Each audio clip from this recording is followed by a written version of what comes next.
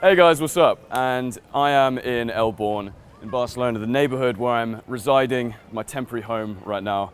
And today I wanted to give you some more tips because it's been a little while, hasn't it? It's been, I don't know, since I've done a tip video, it's probably been a couple of months, maybe 3, maybe even 4. But we're gonna be kind of revisiting some of the tips. We're gonna be having some new tips delivered to you, freshly baked, in YouTube videos such as this one. So this video is all about perspective in travel videos. What we're going to be talking about is your view of the world and if you want to actually show that or not. Now, whilst this can sound pretty like, Tom, this is a travel video, like what are you talking about, perspective views in the world? Yeah, maybe it's a little bit more advanced to think about it, but really it's kind of fundamental to everything you're doing when you're making a travel video. And if you want to make better travel videos, this advice is going to be valuable to you. So the first thing that you need to think about when going out there and filming something is whose perspective is this video going to be from? Is it going to be a video that's kind of a third-person video? So maybe there's lots of static shots that you don't show any of the filmmaker in the video. It's all kind of stuff that is filmed from a different perspective, shots kind of wider, almost like observational. Is it going to be from that perspective? Or is it going to be from your perspective as a filmmaker? And are you going to get yourself involved in the video? Are you going to constantly remind the audience that you are there making the video? Are you going to shoot things from first person, show stuff that appeals to you? Or are you going to step back and show stuff that appeals or is from the perspective of another person or another culture even, or another person's view of where you are? So let's go into what I do personally, because this is basically what I can really give advice on. I can't really give too much advice on observational things, observational documentaries or anything like that. What I can give advice on is how to make kind of almost first-person travel videos. So this is the nuance that we're going to get into right now. There's a few things that you can do to make videos really from your perspective and show your own view of the world.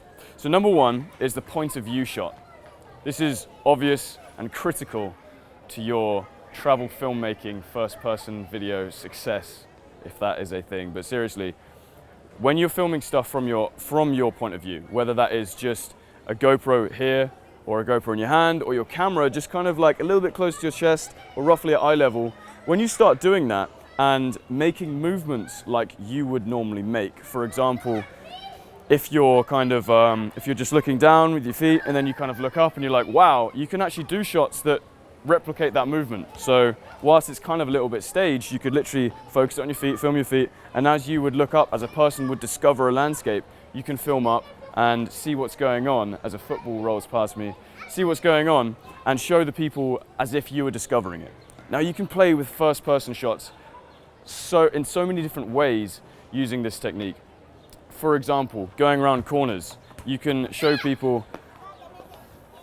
Sorry, I'm getting distracted here, I'm trying to play. You want to play football?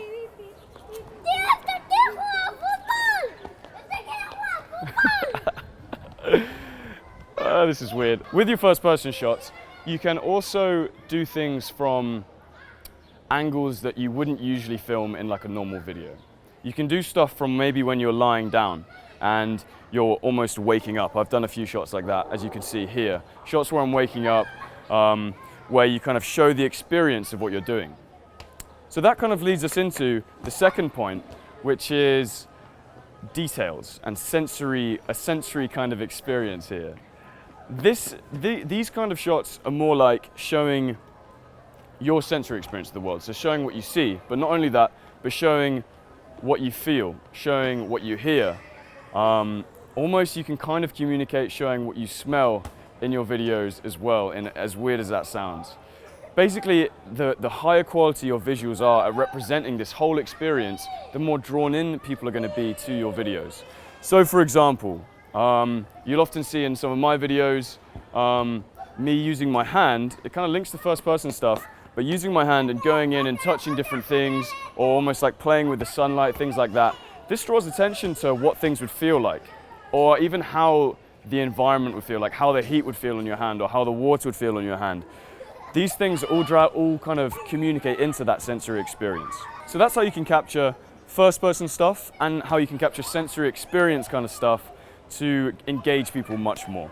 So we are now away from the screaming children who were distracting me in the last video, and hopefully you too. Hopefully not you two, I mean. This next point is about the order of things. So how you can also communicate your own experience of something is in what order that you put things. This is a very important thing that you really need to think about in your videos, is context. So do people even understand what on earth is going on in your video? Do people understand that you weren't in this scene and then you traveled and then went to this scene, or is it just kind of a random montage of weird stuff going on? This is so important because it lets people logically understand what's going on a conscious and subconscious level, so they can follow what's happening in the video and then connect with it. If they can't follow it, if they don't know what's happening, they're not going to connect with it, and they're just going to click off because it's like, I have no idea what's going on. Oh, cool shot, but it doesn't make sense. I can't emotionally resonate with it, whatever. So how this relates to your experience of things, the context, is that you can control the order of which people see things. So you can show different things in different orders to make different senses to different people, I guess. So, for example, you could choose to have a shot of your feet walking and then a shot of the lovely beach.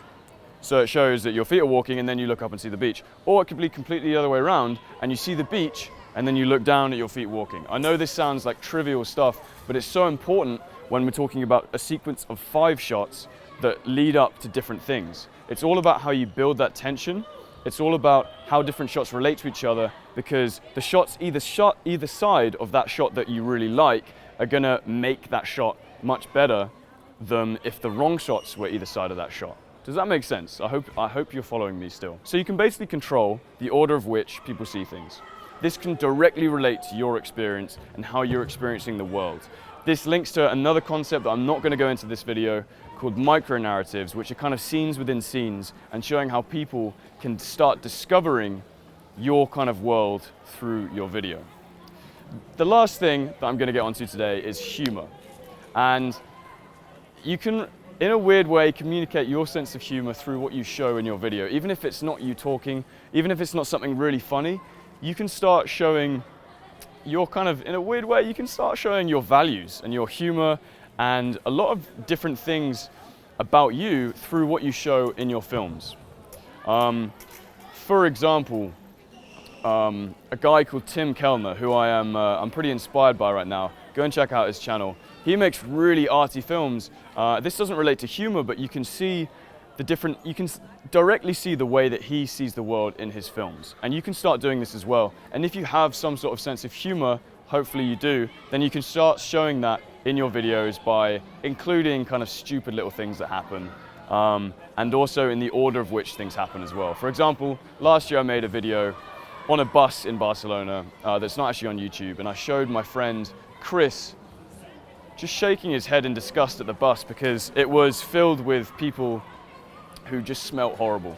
And I chose to include his reaction in it just because it was kind of funny. I found it kind of funny, and therefore probably someone else is going to find it funny as well. So always consider that. Don't try and make yourself look too cool. You can still kind of add in some humor there when you want. All right, guys, I hope you've enjoyed this video. It's good to be back. It's good to be giving you more tips. In the comments below, please let me know, what do you want to find out more about? What do you want me to talk more about in these content videos? And I'll make videos specifically to you, and I might even give you credit, as big as that is. Anyway, I'm rambling now.